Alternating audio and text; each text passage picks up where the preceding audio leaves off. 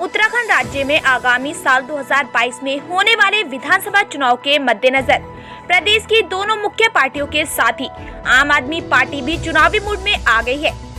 इसी क्रम में आपके राष्ट्रीय संयोजक और दिल्ली के मुख्यमंत्री अरविंद केजरीवाल रविवार को देहरादून पहुंचे और उत्तराखंड की जनता को लुभाने के लिए हर महीने 300 यूनिट बिजली मुफ्त, हर घर 24 घंटे बिजली और पुराने घरेलू बिल माफ की घोषणा कर दी। जी हां, प्रदेश के ऊर्जा मंत्री ने बीते दिन 100 यूनिट तक बिजली का बिल माफ और 200 यूनिट बिजली इस्तेमाल करने पर 50% बिजली का बिल जमा करने का प्रस्ताव तैयार कर रहा है, जिसके बाद ही बिजली माफ का मुद्दा राजनीतिक मुद्दा बन गया, जिसे अब भुनाने को लेकर सभी पार्टियां जुगत में जुट गई हैं। इसी क्रम में देहरादून पहुंचे अरविंद केजरीवाल ने सत्ता पर काबिज होते ही प्रदेश की जनता को 300 यूनिट तक बिजली माफ करने का वादा कर दिया। अब देखना यह होगा कि उत्तराखंड में बिजली का यह मुद्दा राजनीति को किस चरम सीमा तक पहुंचाता है।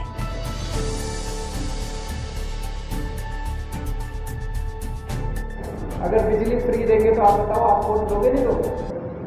सारे वोट देंगे। जिसको अच्छे स्कूल चाहिए, जिसको अच्छे अस्पताल चाहिए, जिसको 24 घंटे बिजली चाहिए, जिसको फ्री बिजली चाहिए, सब देंगे। एक मिनट को काफी देर से बोल रहा है, एक मिनट को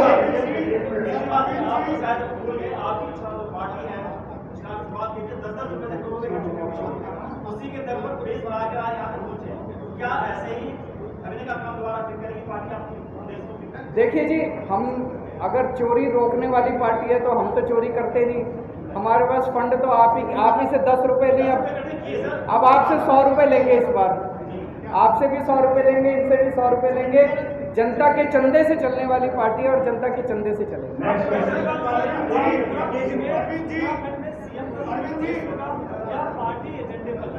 सीएम का फेस होगा। बहुत जल्दी मैं उत्तराखंड आऊंगा और आपके सामने सीएम का चेहरा अनाउंस करके जाऊंगा। होगा बहुत जल्दी मैं उत्तराखंड आऊंगा और आपके सामने सीएम का चेहरा अनाउंस करके जाऊंगा।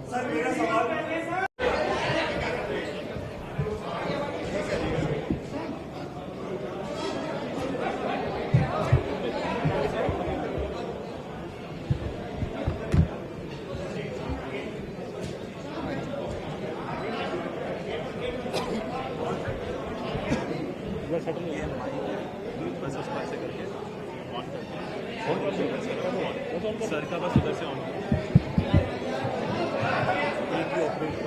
देखिए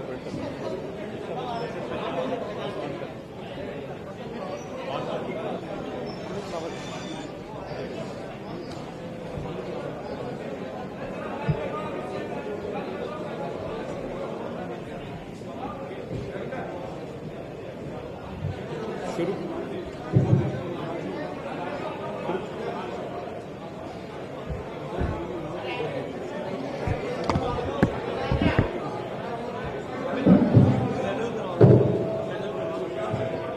जितने भी देशभक्त लोग हैं, जितने भी उत्तराखंड को प्यार करने वाले लोग हैं, जो लोग भी उत्तराखंड का विकास चाहते हैं, ऐसे लोग जो दूसरी पार्टियों में अपने आप को कुंठित महसूस कर रहे हैं, सफोकेटेड महसूस कर रहे हैं, ईमानदार लोग हैं, उन सबको मैं आमंत्रित कर रहा हूं कि अभी तक आपकी मजबूरी थी कि आप दूसरी पार्टियों में थे, अब एक अच्छी पार्टी आ गई है।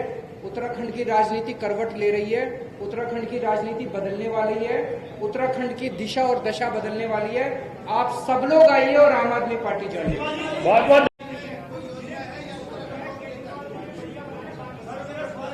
ये इन्होंने इन्होंने बड़ा इंपॉर्टेंट क्वेश्चन किया कि बीजेपी वाले ये कह रहे हैं कि केजरीवाल ने दिल्ली में 4-5 स्कूल अच्छे कर दिए, बस बाकी सारे नहीं कर। मैं आपसे सबसे आपको आमंत्रित करता हूं, आप दिल्ली के किसी सरकारी स्कूल में चले जाओ, दिल्ली सरकार के, और आप वहां पे फोटो खींच के मेरे को भेज देना, अच्छा लगे या बुरा लगे। किसी भी सरकारी स्कूल में जाके आप देख लेना। एक मिनट, एक करके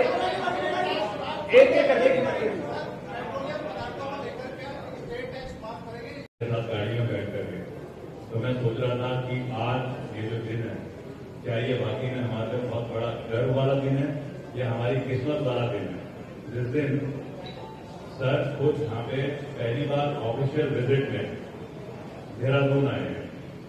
अभी कुछ दिनों से मैं पहाड़ों में घूम रहा था, तो वैसे तो हम सबको पता है कि उत्तराखंड में क्या मूलभूत जरूरतें हैं हर इंसान की, लेकिन जब मैं पहाड़ों में घूम रहा था तो मेरे को महिलाएं जो खेती में अपने रुपाई कर रही थी, वो खेती में रुपाई छोड़ करके हमसे मिलने आकर के ये बोलना चाह रही थी कि बेटा देखो, आम आदमी पार्टी ये हेल्थ, एजुकेशन, रोजगार ये तो देगी ही देगी, लेकिन ये बताओ कि जो हमारे सामने से गंगा नदी बह रही है, जिसमें सबसे बड़ा टिहरी डैम बना हुआ है, यहाँ से बिजली पैदा हो रही है, यहीं का पानी है, क्या वो मूलभूत सुविधाएं भी आज की सरकार या आज की हमारी जो गवर्नेंस है वो नहीं दे पा रही है पिछले 20 साल से?